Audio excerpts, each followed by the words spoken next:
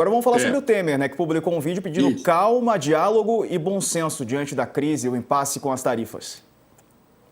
Buscar união, respirar respeito. É isso que mantém a democracia viva e um país soberano.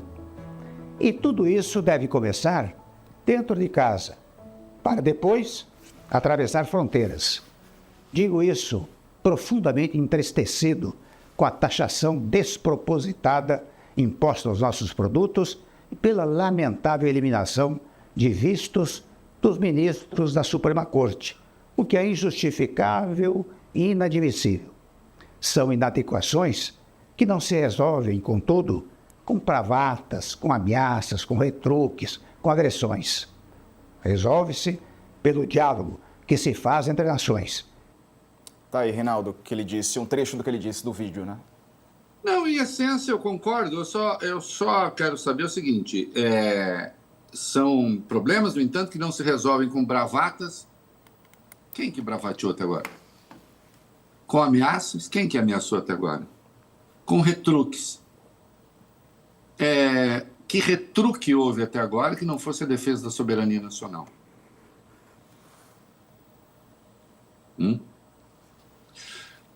Eu falo isso porque a gente não pode ficar investindo numa esfera... Eu sempre me incomodo muito. Eu brinco assim, é relativamente fácil conviver comigo, tem uma parte que é difícil, quando as pessoas começam a falar sobre coisas que são muito abstratas, quase celestes, eu não sei do que se trata. Eu logo pergunto, você quer o quê? Entende? Porque começa... Todo respeito, o presidente Temer, aliás, foi um que foi preso 2 vezes, ilegalmente também. E ele sabia que, à época, com o negócio da Lava Jato, com o juiz bombadão lá, que foi espirrado do sistema judicial, né, Marcelo Bretas, não é que não houvesse forma de entendimento, é que não havia como colocar aquilo no eixo legal. E gostem ou não dele, ele foi preso 2 vezes injustamente. Ilegalmente. Assim como a condenação do Lula foi ilegal. Né? Às vezes há lado que não quer conversa. Onde está a bravata? O Brasil ter feito 6 reuniões, o Brasil ter enviado a proposta, ter mantido a conversação o tempo inteiro, ter recebido a tarifa, a tarifa geral, tarifa do alumínio e do aço, 25%, as tarifas gerais, aquelas chamadas recíprocas, de 5%, não houve retaliação. Conversa. A conversa nunca foi rompida. E aí vem a ameaça do senhor Donald Trump, numa carta em que faz uma imposição ao judiciário brasileiro, sequestra o judiciário brasileiro, ou vocês fazem isso ou não tem jeito. Na sequência, abre uma investigação contra o Brasil por práticas comerciais desleais. Uma das questões fundamentais é o PIX, que aliás há 50 países fazendo consulta sobre o funcionamento do PIX. É esse o receio, está claro, foi parar até em artigo do Paul Krugman. Há as questões protecionistas em relação ao agro, que não obstante fica de joelhos, boa parte para o Jair Bolsonaro. Qual é o erro do Brasil aí? Ah, não, é que o Brasil pertence aos BRICS. Vamos romper com a China? Eu não sei qual é o erro do Brasil. Ninguém disse. O que a gente tem é que o Trump encontrou aqui o que ele não encontrou em nenhum lugar do mundo. Lacaios das suas formulações, defensores das medidas de punição ao Brasil. Isso nenhuma direita do mundo fez, só a nossa. E ele viu a oportunidade e farejou a oportunidade. É um bocaneiro, está sempre à espera de dar o bote. vendo a questão interna, política aqui, e passou a usar essa questão. Porque fica essa conversa. Ontem, nós colocamos aqui uma fala do Tarcísio. Depois ela ficou na minha cabeça. Eu fui fazer fazer uma análise da fala dele. Afinal de contas, antes de eu ganhar a vida assim, eu ganhava a vida ensinando análise sintática, que é uma maravilha, diga-se de passagem. Vamos colocar o vídeo aí, Diego. Depois eu junto tudo esse negócio. Precisamos negociar. Sim, precisamos negociar. Mas quem fez a formulação, que para mim virou um símbolo da direita brasileira, dos conservadores, em relação a isso até agora, foi, sem dúvida nenhuma, o governador Tarcísio. Vamos colocar o vídeo.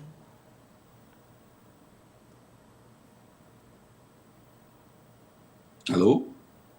Vamos lá, pessoal. O vídeo do governador de São Paulo, Tarcísio de Freitas. Hora de deixar a política de lado, ver o interesse nacional, entender a natureza do movimento geopolítico aí que está em curso, para que a gente busque o interesse nacional, busque o interesse do país, né, vá para a mesa de negociação, deixando qualquer questão, deixando a ideologia, deixando diferenças de lado, entendendo que a relação bilateral com os Estados Unidos é uma relação muito antiga, é uma relação bicentenária, são 200 anos de comércio com os Estados Unidos. Então, nós temos um laço muito antigo, né, um laço muito forte. Então, é possível superar essas questões. Então, de certa forma, a gente tem que ir agora para a mesa de negociação e procurar ver qual é o interesse nacional. Entendeu? Então vamos lá. Você ficou com a impressão, certamente a minha, de todo mundo, que ele não falou nada. Mas então vamos agora a uma análise. Eu transcrevi o que ele disse. 576 toques, sem espaço, tá? Caracteres. Ele gastou 125 com essas repetições aqui. Ver o interesse nacional para que a gente busque o interesse nacional, busque o interesse do país e procurar ver qual é o interesse nacional. Ok? Tá ok? Isso eu tirei lá da fala dele. Ele gastou 125 toques com isso. Aí outros 187 foi para falar de como o Brasil e os Estados Unidos têm relação antiga. E ele foi repetindo sinonímias, entendendo que a relação bilateral com os Estados Unidos é uma relação muito antiga, uma relação bicentenária, que são 200 anos, inclusive uma relação bicentenária de 200 anos, só para que você não fique espantado, que são 200 anos de comércio com os Estados Unidos. Então, nós temos um laço muito antigo, né? É um laço muito forte. Achou a proposta até agora? Não, você não achou. Não, também nem eu. Aí ele usou 131 com a ladainha contra a política. Vamos matar Aristóteles. É hora de deixar a política de lado, deixando qualquer questão, deixando a ideologia, deixando a diferença de lado, então é possível superar essas questões. E aí, Tarcísio teve uma ideia que ele julgou sensacional, 102 toques para a ideia. É preciso, vá para a mesa de negociação. Aí volta a mesma coisa. De certa forma, a gente tem de ir agora para a mesa de negociação.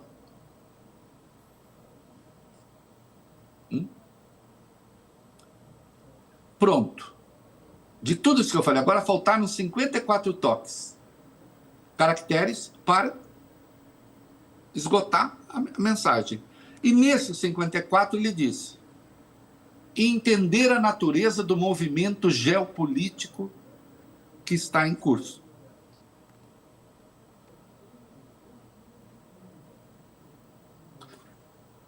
Essa é a alternativa do Tarcísio. É assim que ele acha que o Brasil deve se comportar. Entender como não tem nada. E sabe por que não tem nada? Não tem nada porque ele não pode falar. Porque ele não pode falar. Porque ele não pode criticar. Porque senão ele compra briga com o Bolsonaro. Como Bolsonaro vai ser preso. Como Eduardo, se pisar aqui, vai ser preso. Não é?